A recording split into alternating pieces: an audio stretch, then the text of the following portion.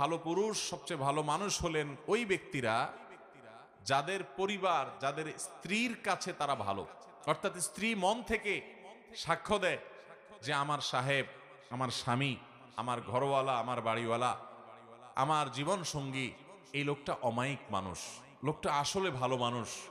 এই সার্টিফিকেট যদি কেউ তার বউয়ের কাছ থেকে পাবে বলে তার দিল সাক্ষ্য দেয়, এই মানুষটা আসলেই ভালো মানুষ, আল্লাহর কাছেও ভালো মানুষ।